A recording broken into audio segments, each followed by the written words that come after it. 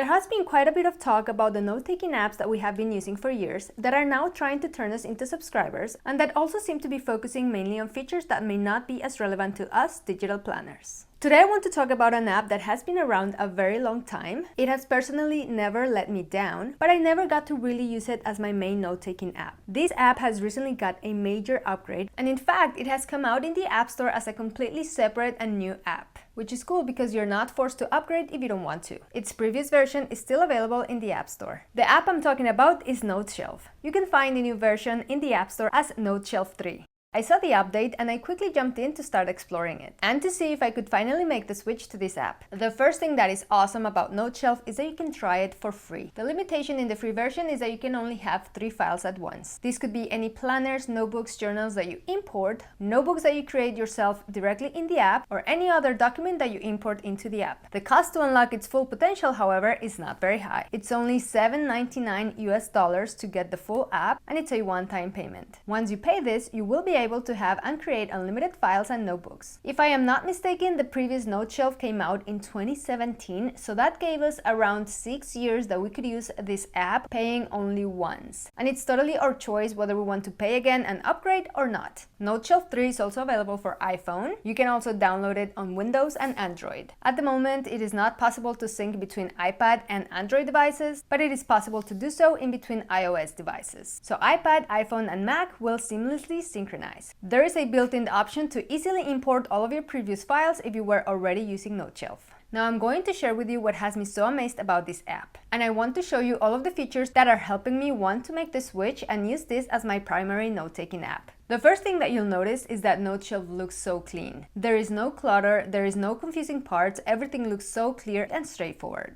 I really like the new toolbar. In this new version, I feel that everything is just so logical. I have not had trouble exploring or using any of the tools. I also really love that they give you the option to customize the toolbar and get rid of the elements that you don't use often. The pen setting in this app makes your handwriting look so pretty. I finally feel that I could possibly use my handwriting in my planners. There are several tools to write. First, you have the felt pen, which is my personal favorite. There's also fountain pen, ball pen, and pencil. The pencil is a great idea in case you ever want to sketch something out. You can even set the eraser to delete only the pencil so you can get rid of your sketch once your design is completed. Each writing tool keeps its predetermined colors, which you can change just by selecting a new one. The color picker is absolutely amazing. This tool allows you to grab any color from any image. This includes the colors of whichever planner you are using, so you can now easily match your text to your planner. This app has revamped their lasso tool, which now allows you to turn these types of objects on and off to select exactly what you need. I really like that the lasso will only select the actual text and not the text box. This helps a lot to not accidentally select an unwanted text box. I'm really loving the built-in stickers. They even included a section for us digital planners, which is labeled Bujo Essentials. So you can easily and quickly access these stickers that you can use in your planner. The emoji stamps are so cute. I've had a lot of fun just adding a ton of these everywhere. This is a separate element. It's not text. You can just select the emoji that you want and then stamp it as many times as you need. Once you have created one of these, you can use the lasso to resize it and reposition it. You can also delete them using the eraser tool. Some other features I'm really enjoying of this new interface is, for example, having my pages on the left side so I can quickly see my pages without having to leave the page I'm working on. I really like that you don't need to switch tools or click on anywhere if you want to make the links active. You can just tap on a link and it will open even if you have a tool selected. If you tap on the screen with 2 fingers, it'll undo whatever you did. Tapping with 3 fingers will bring it back. The PSO integrations work just as well. To keep being able to use them, all you have to do is head to your Shortcuts app, and on the PrintStick shortcut that you have previously installed, tap here to edit and change this app from GoodNotes to Noteshelf.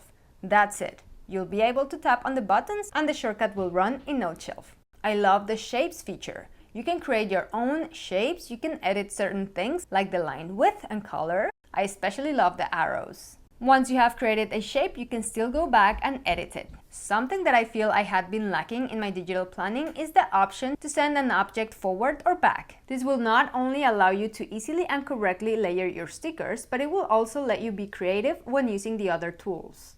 The lock feature is such an amazing thing. Now you can send an image to the back, click on lock, and nothing will move it, which will allow you to easily keep working on top of it. Now, nothing is perfect, but I feel that Noteshelf has very few cons. I've found a couple so far. The first one is that I wish that you were able to select a whole text box when you want to change the style, like the font and size. At the moment, you have to select character by character to change the font or the size. Something that I am missing is that I cannot select the exact font spacing that I want. They allow you to grow the space, but they don't let you make it smaller, which I used to do a lot before to make my lines or my text fit on top of my notebooks or the lines of whichever page I'm using. But I can get around this by creating a text box first and then with the lasso selecting it to adjust the size to fit my lines. Then I'll just copy and paste that onto my next page.